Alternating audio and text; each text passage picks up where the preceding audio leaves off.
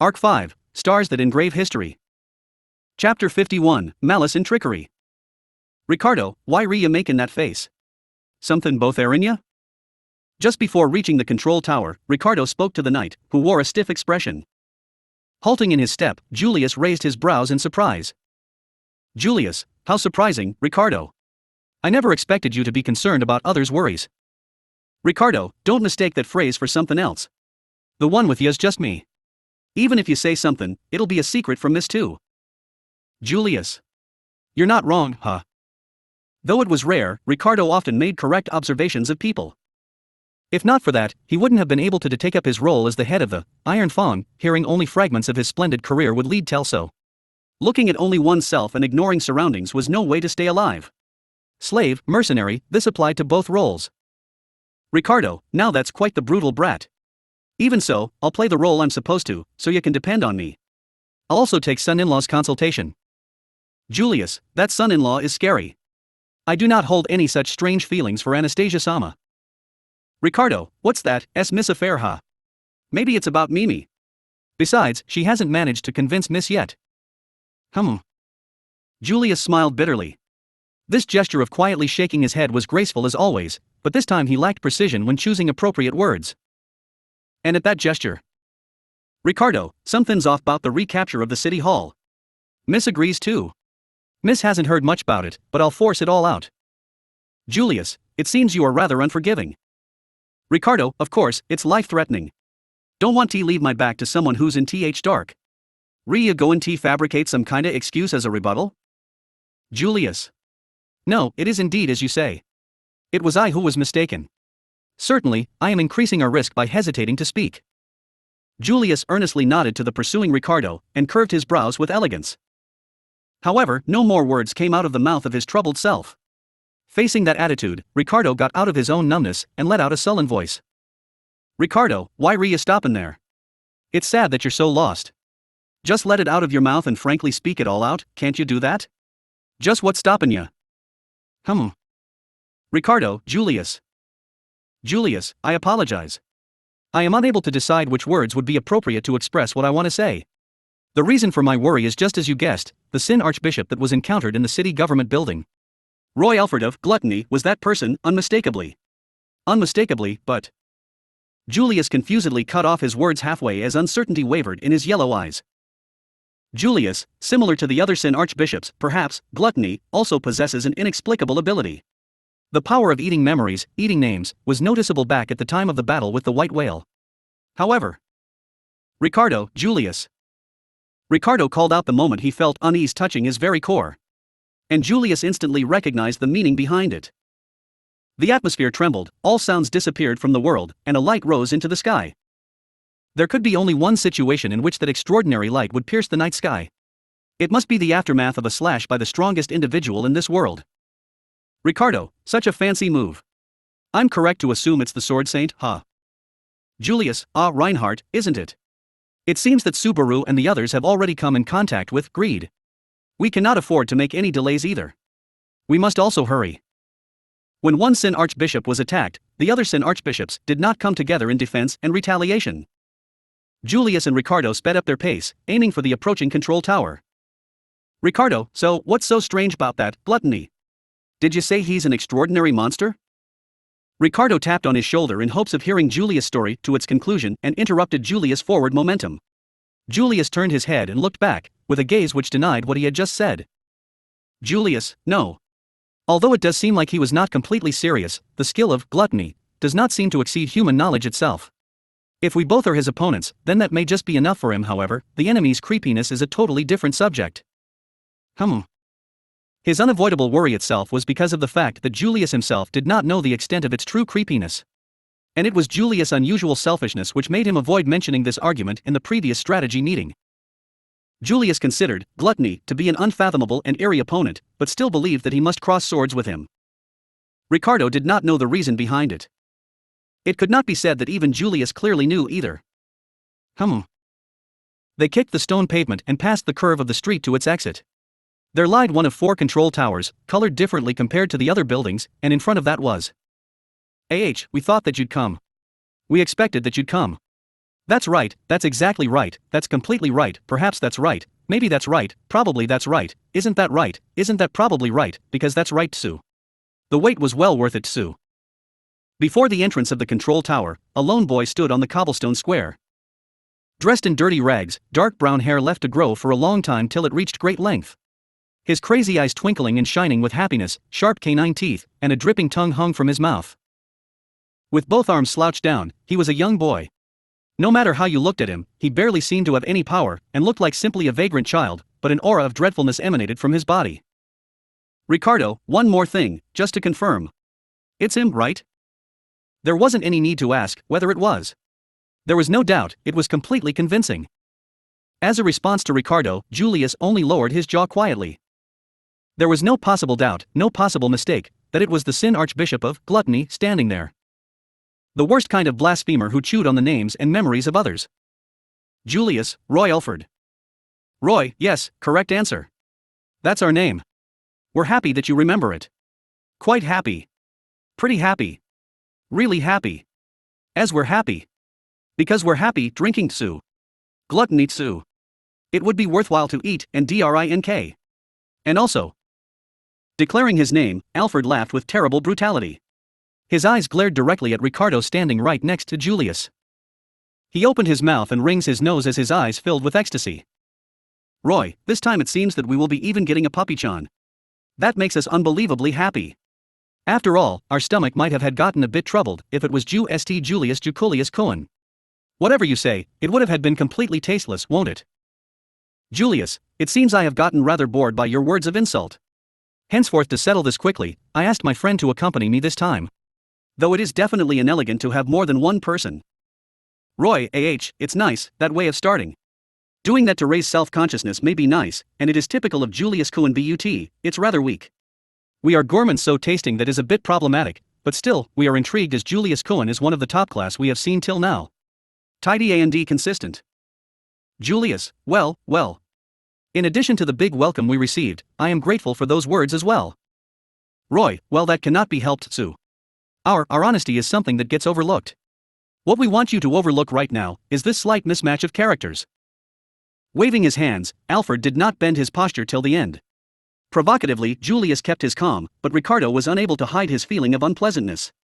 He clicked his tongue and cracked the bones of his neck. Ricardo, say what you want to say, boy.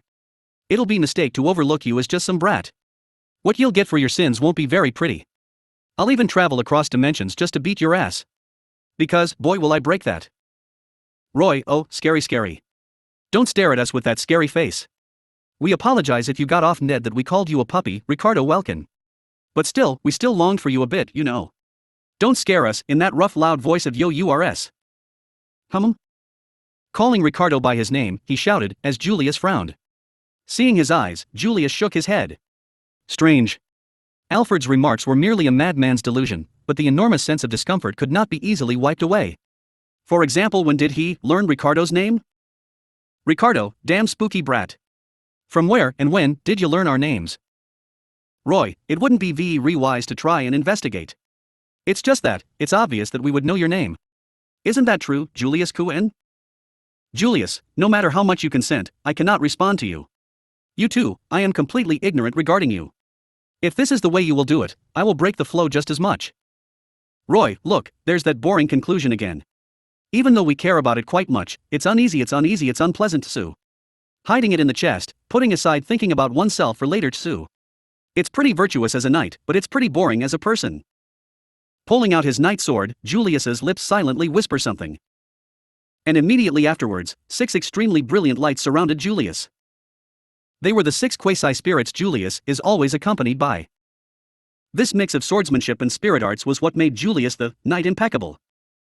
Roy, neither the aroma of the feeling of inferiority, nor the rich texture of experiencing frustration, even the sweetness of a strong desire, or the rare taste of a sense of satisfaction after you've aged, you have no any of them too. Julius, Ricardo. Give it your everything from the very beginning. Let's work together. Ricardo, yeah, leave it to me. Shaking his arms, Alfred revealed the daggers attached on his wrists. Wielding 2 daggers was Gluttony's fighting style, but it did not seem to be enough to stop Julius' magic or prevent Ricardo's blows. As long as the battle wasn't an ambush, their respective victory and defeat were already in sight. Regardless, in Ricardo's eyes, Alfred did not seem an opponent that could provide a rich and challenging battle experience. Julius, Spirit Knight, Julius Jucolius. As per his manners, Julius gave his name ahead of the fight. However, Ricardo, who was standing next to him, had no such obligations to follow. They fixed their eyes, waiting for Gluttony to give his identity. Seeing Ricardo's line of sight, Alfred shouted, "Roy, how nice, quite nice, perhaps it is nice, isn't it nice, maybe it is nice, possibly it is nice, probably it is nice, because it is probably nice tsu. Gluttonous drinking tsu. Gluttony tsu. Gourmet, bizarre eating, satiation, overeating tsu. Spiciness, blandness, deliciousness, delicacy tsu. We will eat everything up tsu. Even a life without taste is also a taste that's new to us tsu." Julius, L. Clause L. The vibrance of the 6 colors draw a circle in front of Julius's eyes, and an extremely bright light emanates from the tip of his sword that aimed to stab through Alfred's center. Multiple affinities mixed, that destructive power develops into a rainbow-colored blow that could swallow up everything. Ricardo stepped on ahead with momentum that crushed the cobblestone, just behind the dazzling light. As if in an attempt to have Ricardo push Alfred aside, right into the extremely vibrant light. Against the heavy slashes and the rainbow-colored extremely vibrant light, Alfred uncovers his fangs. "Roy, truly, Ni-Isama is as magnificent as imagined. We will be enchanted, Jistsu." Beneath the moon, flashes of silver sliced through wind, as sparks spilled forth from a symphony of swordplay. The first musician was a sword demon who swung a pair of blades with crisp notes. His partner welcomed him, a swordswoman whose movements flowed reminiscent the path of a gentle stream. Flashes of metal danced through the air, the clash of steel should have sounded cruel, and yet, somehow, this symphony was wistfully melancholic. The ringing of sharp, precise collisions resembled the gentle caresses of a pair of lovers. The reason for this was simple: these two swordsmen complemented each other on a level beyond perfection.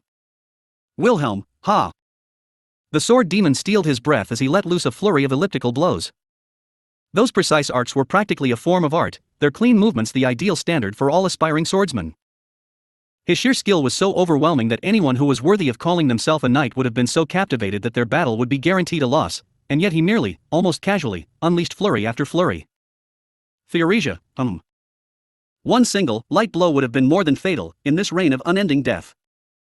However, meeting this peerless hurricane was a longsword whose owner was truly extraordinary. Moreover, that longsword had an odd quality. The length of the blade, as tall as its owner, was too unwieldy to make a proper weapon, and yet, the slender swordswoman swung the huge blade with ease, as if it were weightless. Although the longsword's owner was draped from head to toe in a black cloak, impeding on her vision, the tip of her sword flowed as if dancing through water. Whether it be in terms of speed or polish, the twin blades greatly outstripped the longsword. Even so, each and every one of the sword demon's piercing attacks were, without fail, absorbed and deflected. Between the sparks and sharp clangs, with an almost pitying hiss toward the sword demon, the swordswoman leapt backward. A beat too slow to react to the unexpected move, just as he was about to push forward, the gleam of a blade pierced his forehead. Wilhelm, hook! Flashing before him, was a blow that he couldn't allow to make contact. This was a specialized killing blow that flashed faster than the blink of an eye, which disguised the approaching blade. If not for his extensive experience in dueling her, he would have been unable to see through the imminent death he'd nearly been dealt, and Gleam would have passed through the brain and killed him. The skin between his brows burned at the close call. In an instant, the sword demon cast off his misgivings, and began to pursue a woman who'd frozen in her stinging pose. Wilhelm, Hugh, Koo. Theoresia, Before he'd even gathered himself enough to act, the woman had driven her toes into his flesh. Her slender feet pierced between his well-exercised abdominal muscles and jolted his organs. The weight of her kick bent his body double, as a silver flash drew an arc, which hung over his head. The glittering sword flew straight as true, as if meaning to cut down the moon. Having reached the peak of its flight, the sword began to glide back to earth, and slicing straight through the atmosphere, meaning to bisect the sword demon. The power behind that attack was incomparable to any previous ones. Both the deadliness of the blade itself, and its owner's skill were more than capable of slicing through any human body. Approaching in the briefest of flashes, was this certain death. Wilhelm, stop looking down on me. Still bent double, he immediately swung both his arms upward, staggering as they met the crushing force overhead. The sword demon's own blades overlapped as they caught the weapon bearing down on him, as his jaws clenched from its sheer power. Unable to fend it off entirely, his arms began to fall. Shallowly, the blade pierced his forehead. Blood spurted forth, splattering his field of vision red. However, he hadn't fallen to knees, not had his own swords been broken. Wilhelm, cool. The arms holding the sword back strained upward, pushing the fallen sword back again. Sweeping the heavy blade aside, the residual aftershock shook the form of the swordswoman before him. Taking advantage of the moment, he kicked forward. The force that should have slammed back into the ground was instead redirected into the woman's airborne form. The combination of the force from the falling blade and the kick slammed the woman's body into the distance. The aging sword demon lunged into the slender body that had nowhere left to flee. An opening. Against the swordswoman who had flown into the air, with no escape route, the sword demon lowered his shoulder and unleashed an attack. Catching up to her fleeing form, the attack came simultaneously from top and bottom. As one, the two blades drew an arc, tearing toward her slender form with the bite of a wild beast. In midair, with her back turned toward him, she could make no counterattack. Even so, that clarity of that attack found itself shaken. Theoresia, The hood that had covered the swordswoman's head, unable to withstand the tug of gravity as she flipped her body, swished back, revealing what had once been hidden. Cascading down was long hair the color of a beautiful, raging flame. Theoresia, At the time of its entry into her field of vision, the swordsman's attack carried a flaw which existed for briefer than a single instant. An incredibly subtle, slight deviation from perfection was this mistake. Even so, no one else would be able to parry this attack. However, considering the sword demon's current opponent, this mistake was fatal. To an existence which had once won the favor of the god of swords, that turbid blade could not reach at all. Theoresia, At the scene in front of him, the sword demon's throat was frozen by a shudder. That certain blow had been interrupted midway. It hadn't been anything special. The woman merely drew her sword in midair, and wedged it between the swords that came from above and below. As easy as sliding a brace between a pair of fangs. The blade and the pommel of her longsword completely caught the advance of the two swords right in their tracks. What had the sword demon shudder was that bite of steel on steel rang out only once. Catching the two blades with only one crisp sound, meant that she had calculated the timing of both of them colliding with her own weapon down to the millisecond. What was truly horrifying was the necessary clarity of vision, skill, and sheer nerve to even attempt such an act. Wilhelm, cool.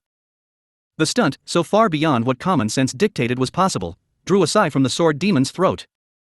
At that moment, the leg of the woman who was still caught between the swords flew in a wide arc, kicking away the sword demon's hands, which still rested where his attack had stalled. The impact jolted his weapons from the hands which wielded them, and, in that moment, he found himself completely defenseless. Then, with a flash of steel, the longsword made a cross. The combination of the speed at which the blade approached, and the range that couldn't have been shorter. Even with a little time and distance, the empty-handed swordsman had no way to block. The longsword pierced his thin skin and continued drive into his organs and sever his spine, driving through his left side in one single motion and splitting his body into halves, coughing up blood and internal organs, the body already shackled by old age breaking with blow. That was the unavoidable fate that awaited him. That was the end that could not be evaded, and the conclusion of the matter. After the end of his life, having lost everything, he couldn't even cling to a chance at redemption. That kind of conclusion was simply impossible to accept. Wilhelm, R.A.H. He rebelled against the bloody end that flashed through his mind. The throat of the sword ghost burned with the final scene of the illusion, the vitality of his twilight years erupting forth. Breaking the limit's concentration so that even passage of time stalled, only he and his opponent existed in that moment, the sounds and colors of the world fading from focus. The impending blade traced an unexpected orbit to stab into his body. Slowly feeling the touch of the blade piercing through his fragile skin, as well the heat and pain of bleeding, whilst feeling as if the natural force of gravity had increased tenfold, he planted all the power into his 2 feet. Digging his heels in hard enough to shatter stone, he redirected the force of swinging his arms to the right into a reactive motion. Reversing his body with the shortest distance and best angle, turning to the side as if approaching the blade that brushed his body, a form of evasion which allowed him to roll along the blade that slid across his side. Theoresia, Having been thwarted in her attack, the swordswoman's follow-up attack was delayed by but a brief moment. In that time, the sword demon retreated several paces, plucking his twin swords from midair. With a sigh, he placed the palm of his hand onto his side, checking the depth of the wound. This was certainly no minor scratch. He'd turned while a blade had been invading his body, after all. Spinning while being pierced, he'd naturally draw a wound on his own body. Fortunately, by a hair's breadth, he'd kept the blade from plunging into his organs, but the amount of blood dripping from the wound mere centimeters away from his innards was by no means a small amount. To ordinary people, this was a serious injury. Although that was natural. Wilhelm. From the very start, I didn't feel that I could persist in this battle for long. He'd already been running on a time limit, it had only grown shorter. The sword demon Wilhelm rolled off his shirt and violently staunched the bleeding from his waist, exposing his healthy flesh during this emergency treatment. He was not pursued. The woman opposing him merely watched quietly, her gaze devoid of emotion. At his own anticipation of any swaying or subtle changes in those eyes, Wilhelm gave a bitter smile. Pressing on his open the wound, he awoke himself with the pain. Wilhelm, such weakness is useless. Stop dreaming, this sacred reunion, you will one day be able to indulge in as much as you want, in the heavens. Theoresia, Wilhelm, I don't think I'm hallucinating. Nor do I expect miracles. My wife was a woman who was reluctant to follow the way of the sword, but pushing the responsibility of wielding the sword onto others was something she never once did. An emotionless corpse, a revived construct. Crimson hair silky and flowing, smooth skin snowy and transparent, eyes bijoux of precious gems. Closing his own, he recalled that cute face that he would never tire of. All this was before him, and all this shouldn't have been before him. Wilhelm, Theoresia, how lovely you are. Therefore, you can't remain here. Wilhelm tightened his grip on his swords, taking up fighting a stance again. At this moment, standing here, was not the husband of Theoresia van Istria. The one who prayed to stand here was not Wilhelm van Istria. Who stood here at this moment was sword demon Wilhelm. Facing his dead wife, Wilhelm steeled his spirit, his gaze becoming clear and clean. Even if his blood were boiling, he wouldn't allow his anger at the sinister presence to come to a breaking point. But right now, at this moment, at this time, anything else was superfluous. His old friend, his comrade in arms, his wife, had said to Wilhelm, "Don't allow heat to besmirch the blade, don't allow your blood boil, you must learn to love the coldness of steel." How about now?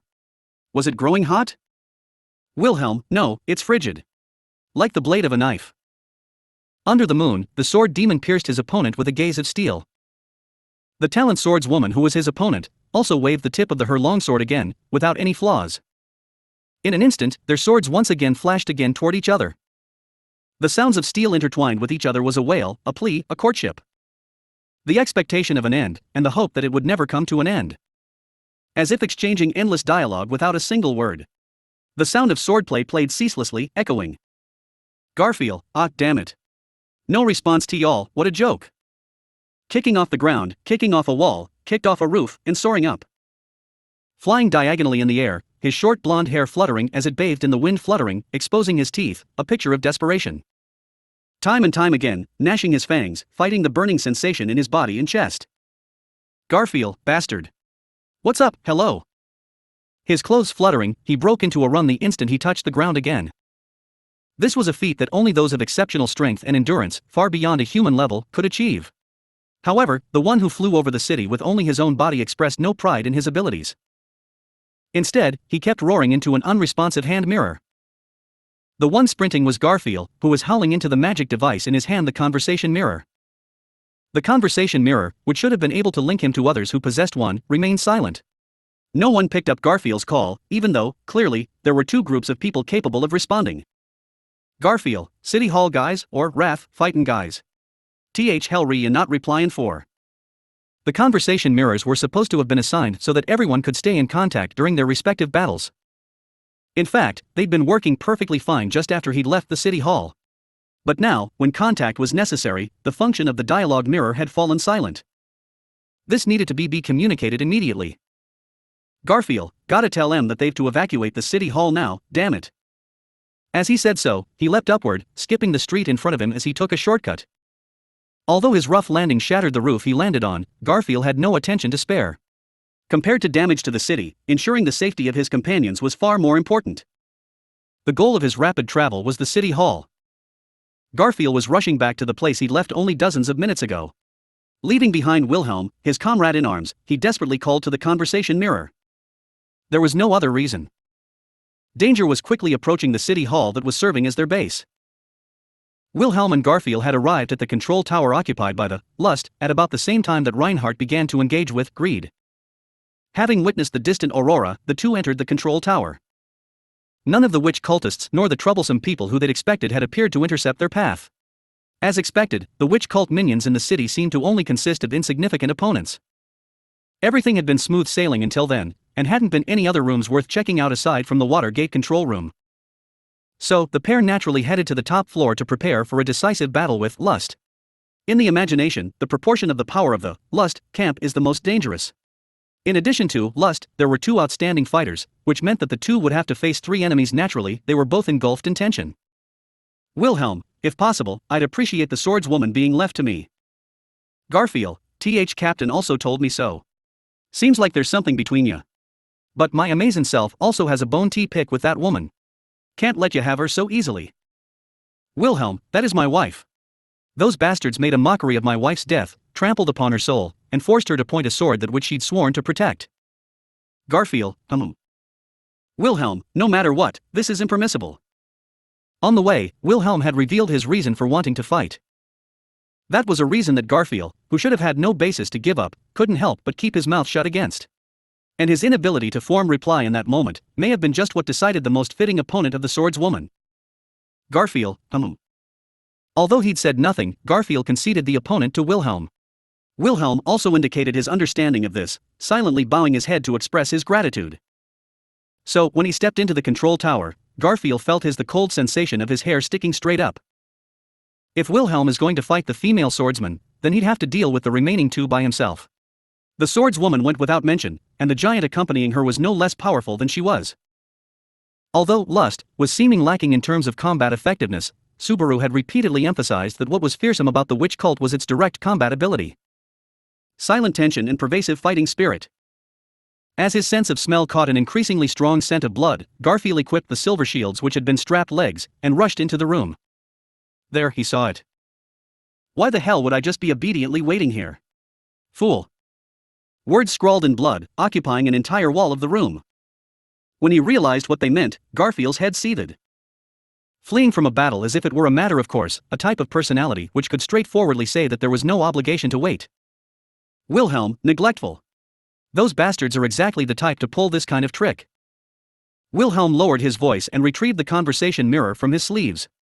The reason for trying to get in touch with the city hall so immediately was because Wilhelm had thought of the notion first. Wilhelm, if our forces are sent out in raids, then our base's combat power will naturally diminish. These guys won't have any shame in exploiting this gap. Before the pale-faced Garfield, Wilhelm grimaced at the unresponsive mirror. At the same time, along the roof of the control tower, emerged a deep, oppressive hostility. A feeling that his back was being stroked by a blade was what tipped Garfield off about the existence of the enemy. Wilhelm had also felt the hostile presence. Wilhelm, Garfield-sama, I'll entrust the city hall to you. Garfield, if it comes down to it, my amazing self can get there faster. They exchanged ideas in a flash. The enemy was as a razor-sharp, clandestine blade. Exposing their backs as they tried to flee would only result in the both of them being cut down from behind. Between them, one of them needed to stay. Then, one of them needed to return to the city hall. Wilhelm, please, continue to try to establish contact. My master, I entrust her to you. Garfield, goes without saying. S.A. Libra's voice rouses the blood of soldiers. Garfield caught the throne conversation mirror and sped out of the control tower.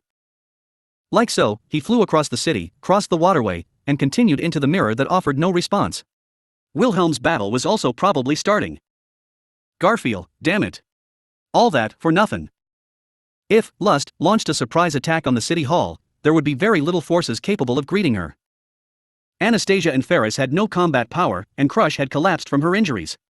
Although several members of the Iron Fang stood on guard, their combat power wasn't enough to compare with Mimi. The instant that he thought of Mimi, Garfield's chest grew sore. The girl who, even now, hovered in the abyss of death, who he'd rescued, saved, protected. Keep her alive, saving her, clearly should have been his duty. That duty had been conceded to another due to sentiment, and his chance at vengeance grew further by the second. However, even the work that was taken as an alternative could not be completed satisfactorily. What was he doing? Looking as he did, what was he doing? To Mimi, Subaru, his sister, Ram, or anyone, he couldn't lift his head to face them. Garfield, my amazing self, once again. Can't do anything? The unresponsive conversation mirror reflected such an unpromising face. In the moment that he cursed himself. Garfield, As he smashed the roof whilst leaping, he was a beat too slow in reacting to the shadow flying in from the side. That form, far more massive than his own, met him with a horizontal impact. The reason why he couldn't even issue a cry of pain was because his throat was hooked under an elbow. Blood and oxygen unable to circulate through his brain, maintaining his consciousness grew steadily more difficult. Pulling him back into gradual consciousness was the force of the impact over his whole body. The body that had greeted his obliquely from the air and slammed into a nearby building. Breaking the wall with his entire body, Garfield tossed up a cloud of dust. The dull pain and broken bones drew a groan from Garfield as he felt himself being liberated from the restraint. Using his body's elasticity, Garfield slammed the ground as hard as he could, pulling himself upright again. He found himself in a structure with no lighting. The smog that filled the room had become a white smoke under the moonlight, and before his own blood-coughing figure, he could detect another presence. That was undoubtedly the culprit who'd sniped him and landed them in here. Garfield, you bastard, why really know how to? The instant when he'd taken a battle stance, a fist slammed into his stomach. Garfield's entire abdominal area took the force of his opponent's huge fists, and his body flew upward. Then, he was smashed by the fist that had been swung from above, and the already decrepit floor broke beneath him, and he fell another level. Garfield, cool, what, go. The sole of a foot slammed into his downward falling body. The damage caused by both the momentum and the mass caused him to spit blood, and his body, stomped on once again, crashed fiercely and directly through to the entrance to the building, where it was smashed into the street. From this striking impact, Garfield continued to cough, and he climbed to his feet. At the same time, he applied simple healing magic himself, knitting broken bones as he raised his head. The one who chased Garfield from the top of the building to here was a hulking figure who he needed to crane his head to see. Although covered head to toe in black robes, even that could not disguise the thickness of his arms and legs. Rather than saying he was muscular, it would be no exaggeration to say that he wore an armor of muscle. To Garfield, this would be the third time facing that enemy. That name was already known as well. Garfield, Kurgan of 8 Arms. He was one of the Wallachia Empire's sword-swinging heroes. Although he was said to have died in battle during the Imperial City defense battle decades ago, for him to be here right now, could he have suffered the same humiliation and death that Wilhelm's wife had? Kurgan, When Garfield spoke that name, the giant, Kurgan, extended his arms. At that moment, the clasp of his robes gave way, revealing his figure. That is to say, the hero Kurgan revealed his expertise in close-range battle. As expected, his strong body was covered by a thick armor of muscle. A powerful physique which could rival the giant's, and face on a neck which could be described as demonic, filled with the domineering expression of a war god. And what made this war god a war god were the 8 arms which enabled those strange fighting techniques. In addition to the 2 arms that usually grew from the shoulders, 2 more arms sprouted from the same place. Moved down his body revealed 2 more arms using his shoulders as the starting point, and the rest stretched their palms forward from behind. That was in accordance with Kurgan's name, 8 Arms. Someone capable of sapping his enemies will to fight with just his natural body. Kurgan, Facing Garfield, who'd swallowed a deep breath, Kurgan kept his silence as he drew his weapon. Strapped to his thick legs, coincidentally mounted in the same style as Garfield's shield, were a pair of thick, long, distorted blades, the ghost cleavers, that this war god swung. This war god drew 2 other ghost cleavers from his back, for a total of 4. Although the remaining 4 arms are still unarmed, Garfield would nonetheless be completely overwhelmed. He had no leisure to underestimate the enemy in the slightest. Garfield, His body trembled. In front of this real hero, Garfield's body trembled from his core. Garfield stared at the hero, the legendary figure, the great man who'd made a mark in history. To not know the name of the Kurgan of 8 Arms was impossible for him. Garfield indeed took great interest in his myriad legends coming from every which way. And today, he stood in front of his very own eyes, as an enemy. This was a nightmare. An ongoing nightmare that had begun yesterday. What else could it be, malicious as it was? Garfield, Garfield's breath quickened as he reached toward his legs. Mounted there in the same way as Kurgan's ghost cleavers were silver shields. Unaware of how many times his fingers slipped, finally, the straps came undone.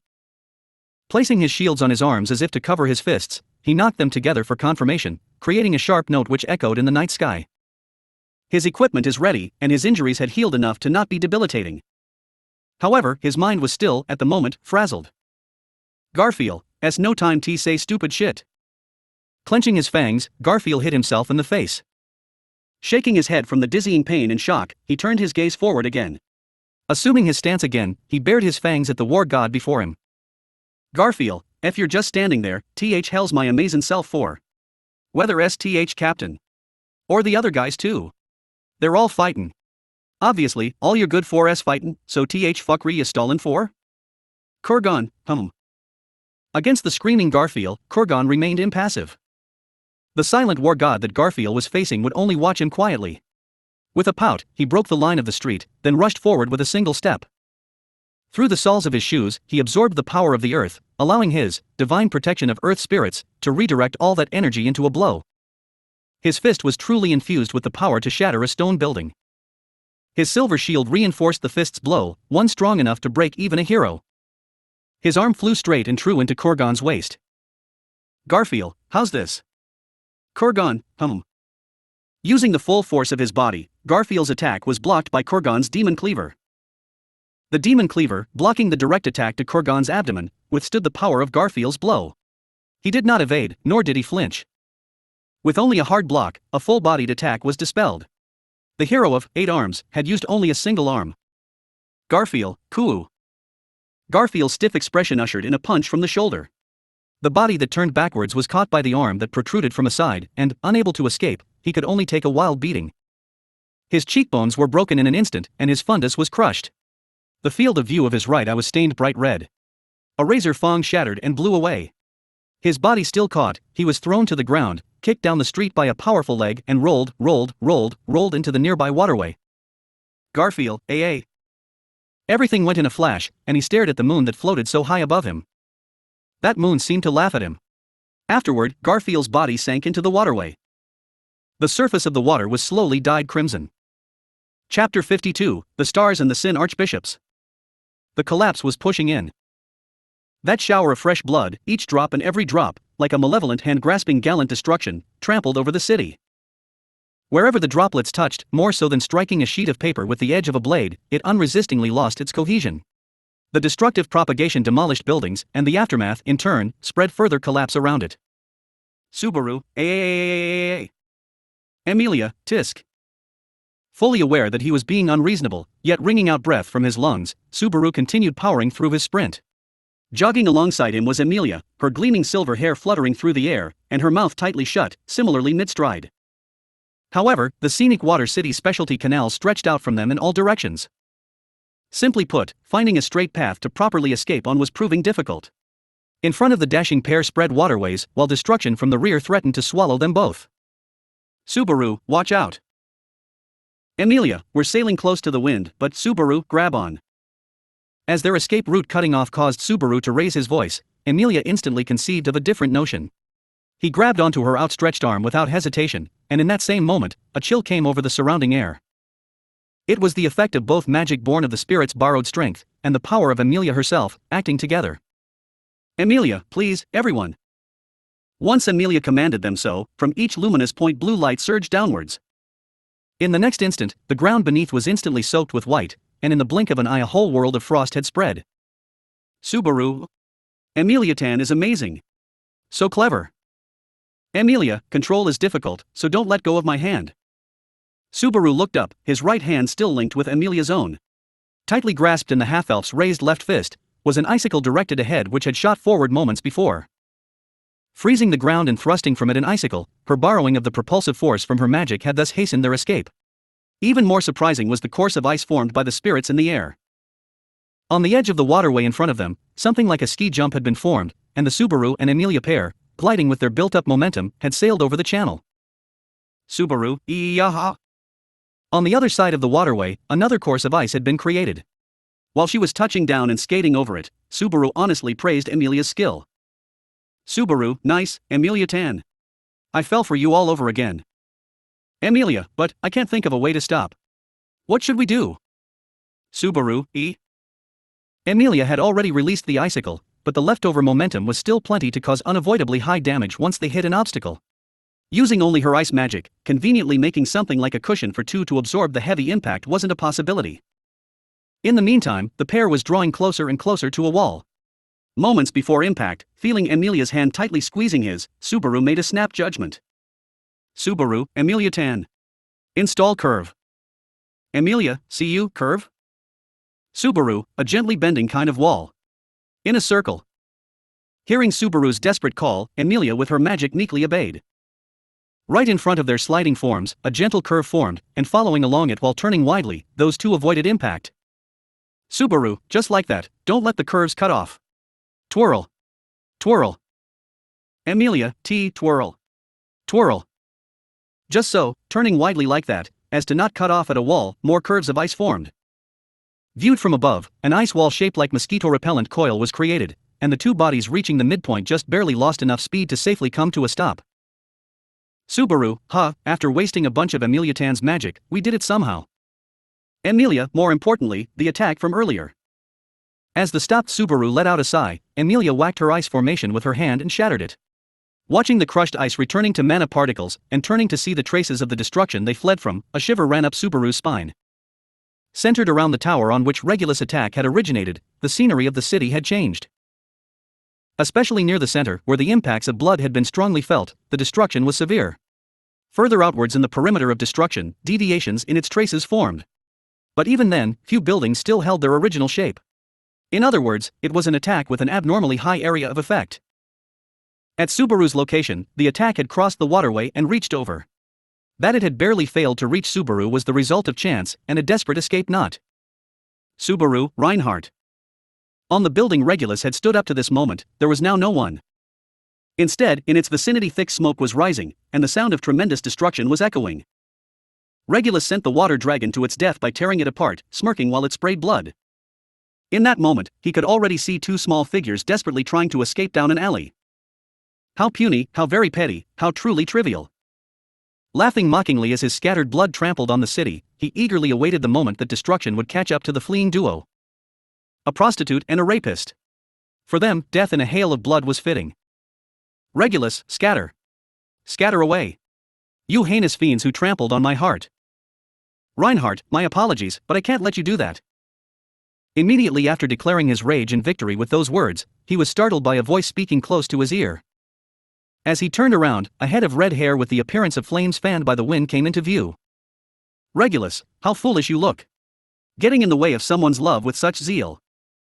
Reinhardt, if your method was proper and respectful of rights, if once rejected you could promise to pull away cleanly, then I would not even hesitate to cheer for you. At Regulus' infuriated voice, Reinhardt responded with a laugh and a tease. While that ever so composed posture was indeed hateful, what now took hold of Regulus' feelings was an inexplicable suspicion. Then, leaping in a single burst, came Reinhardt's leg. Certainly, that right leg, on its shin it had suffered a serious injury. Though not entirely torn off, to say it was held to the ankle with a mere strip of leather was no exaggeration. Far from battle-worthy, it was in no state to bear walking on. That it had left that state meant.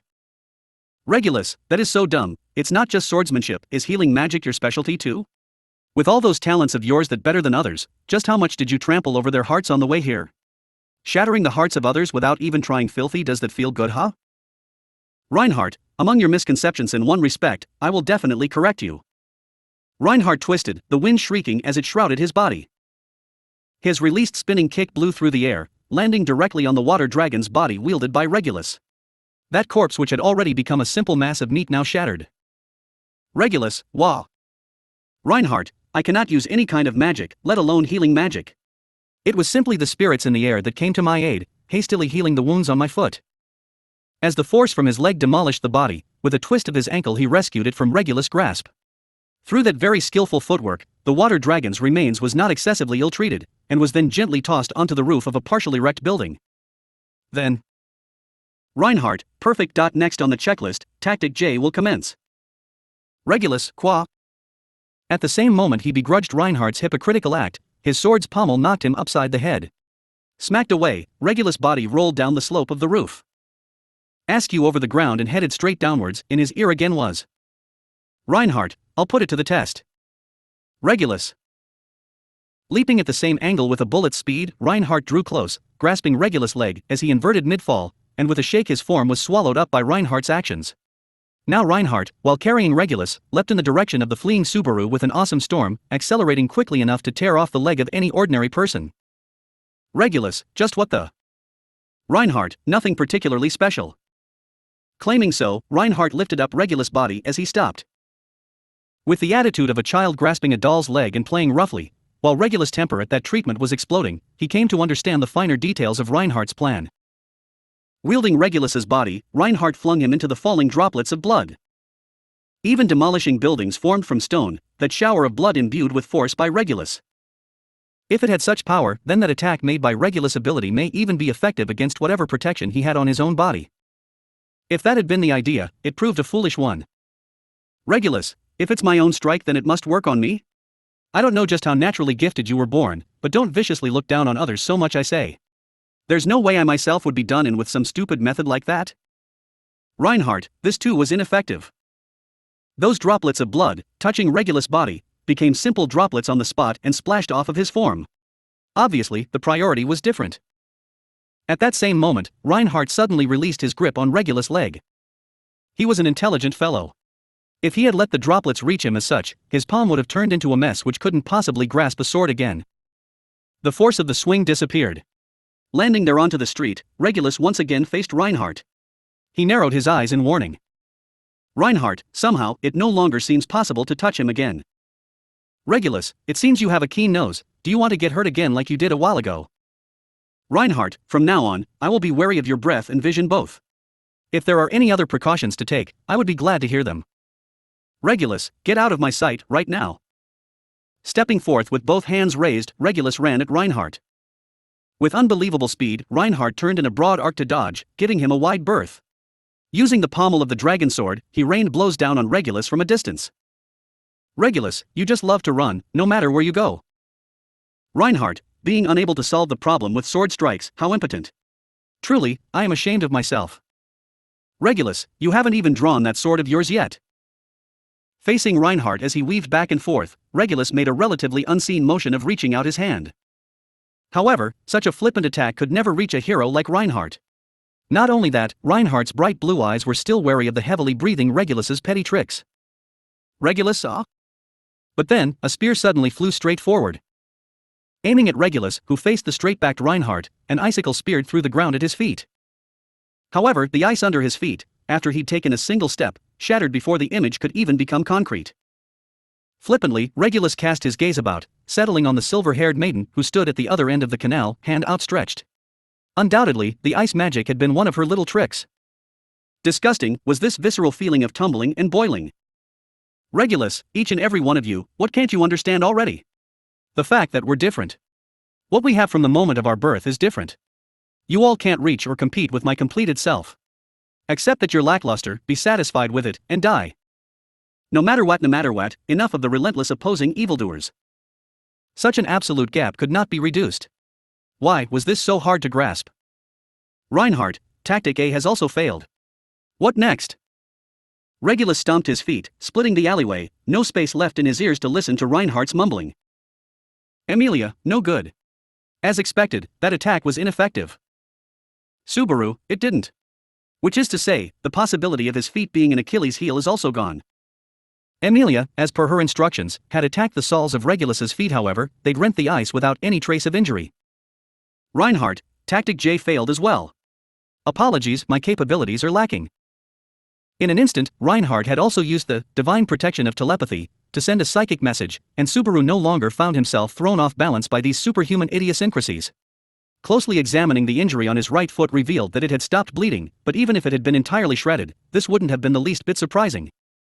Besides, the implications of a shredded foot, Subaru had already experienced. Subaru, if his invincibility is a barrier, it may not extend to where his feet come in contact with the ground, so I came up with Tactic A, soles of feet. The grounded parts of him had to have disabled the power, or he'd just sink into the ground. Subaru had thought this might be the case, but he turned out to have been wrong. According to Reinhardt's report of Tactic J, self-destruct, the idea that Regulus would have to disable his invincibility to launch his invincible attacks was also off. In that case, Tactic I, ball in pool, was also a no-go. It seemed that reality denied the notion that there would be a weakness in his invincibility. Subaru, is there anything else? An invincible enemy's weakness. Covering his mouth, Subaru furiously ordered his mind to spin. Before encountering and even after having met Regulus, what he'd often been troubled by was the means of defeating someone with an ultimate shield, and whatever other ways there may be. Flying through Subaru's mind were answers from a variety of subcultures, as though he'd almost figured it out, but there was no clean-cut answer. Subaru, is the way I'm thinking about this off? Is the direction wrong? What was needed was perhaps not a way to break through the invincibility. Rather, something more fundamental. Regulus's authority, what was its nature? Emilia, Subaru, what else is there? What should I do? Emilia questioned Subaru, who'd fallen deep into thought. Before them, across a large canal, the fierce battle between Reinhardt and Regulus continued, but she was unable to offer any help, which left her feeling discomfited. Whether Emilia or Reinhardt, both trusted in Subaru, both had expectations of Subaru. And not just the two of them. The allies stationed elsewhere, and the citizens of Pristella he'd called with his broadcast, all shared those sentiments. Thinking. Although those memories were distasteful, Subaru began to think back to everything since his first encounter with Regulus, up until this instant, his actions and words, the attacks and schemes he'd tried to pull. There should have been something. There should have been some reason. Not just Regulus was fine. Including the other Sin Archbishops, there should have been something. They were all scum. That much was already clear. It wasn't that. Subaru, the names of the stars. Emilia, Subaru? Suddenly, Subaru realized it. Before, he'd thought of the same thing, and now he cast aside the joke to think of it seriously. Now that things had reached this point, he began to consider an abandoned idea anew. Regulus, Capella, Alfred, Sirius, Betelgeuse. These star-related names gathered in one place, could he really treat them so casually as a coincidence? In retrospect, the Water Plumage Pavilion, the customs of Kararaji, Hashan of the Wastes. In this world, so many places had been touched by the influence of Subaru's original world, that he couldn't simply treat it as a joke. Why had he only realized just now, that the witch cult did not originate from here? Betelgeuse was Betelgeuse. The hand of Orion, unseen hand. Regulus was Leo, Little King. Thus, he had a title. This, Little King, was truly a title commensurate with him. Subaru, Emilia. I have something to ask you. Subaru spoke quietly, and Emilia opened her eyes to nod. Subaru could feel the attention radiating from her snow-white face, and closed one eye. Subaru, that man grabbed you about by the neck once, right? It's about that time. Emilia, Subaru, Regulus's hand, was it warm? Or was it cold? Emilia.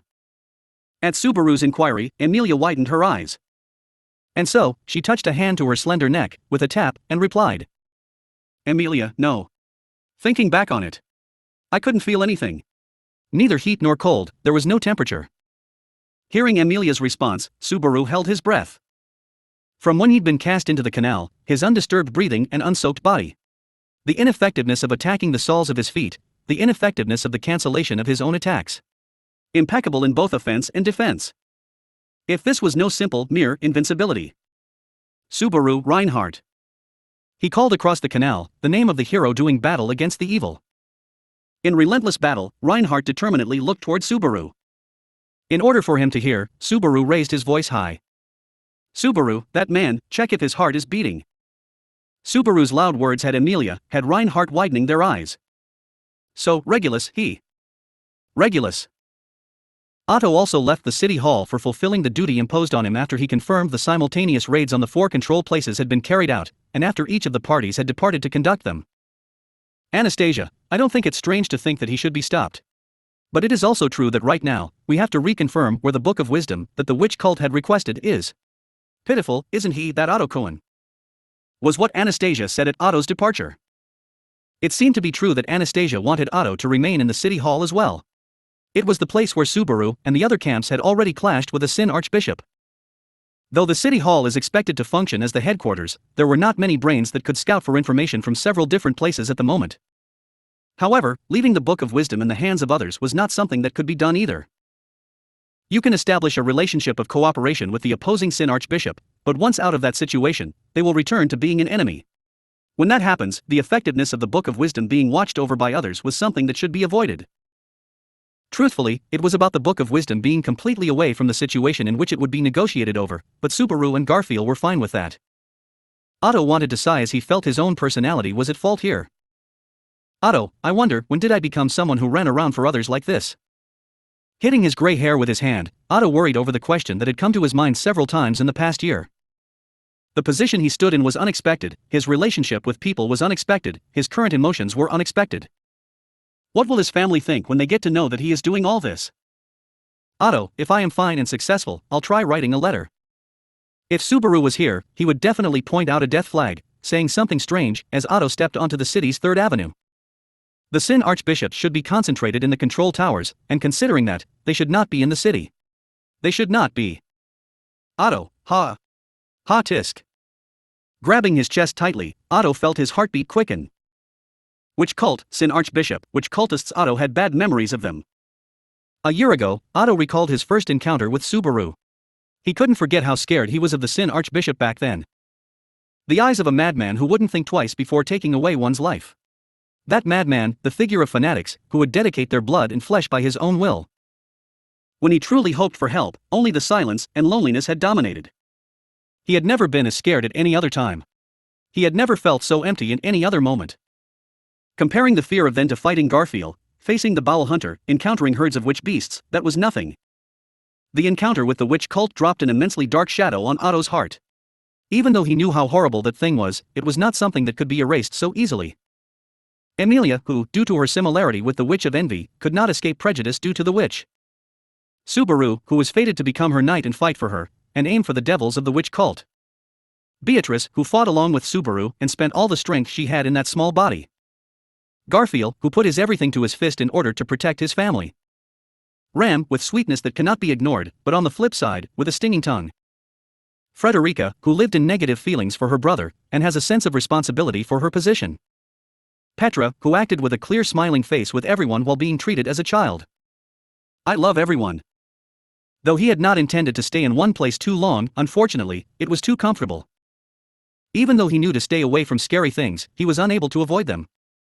In order to save this place, I would like to stand by their side and support them. Even in my fear, I want to help them where their hands cannot reach. That's why. Otto, somehow, I must fulfill my role. Saying this, he stepped onto 3rd Avenue. There stood a small figure in front of him.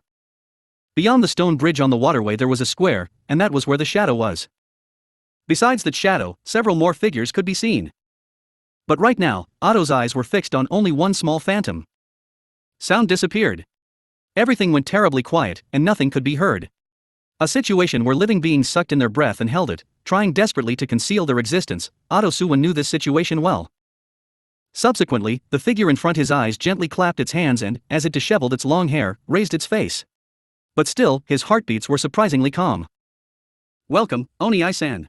Lei, welcome to the witch cult Sin Archbishop, representing gluttony. Lei Batten Kato's dinner banquet Su. Opening his mouth, full of fangs, the Sin Archbishop who shouldn't have been there, laughed gruesomely. End of chapters 51 through 52, Malice and Trickery.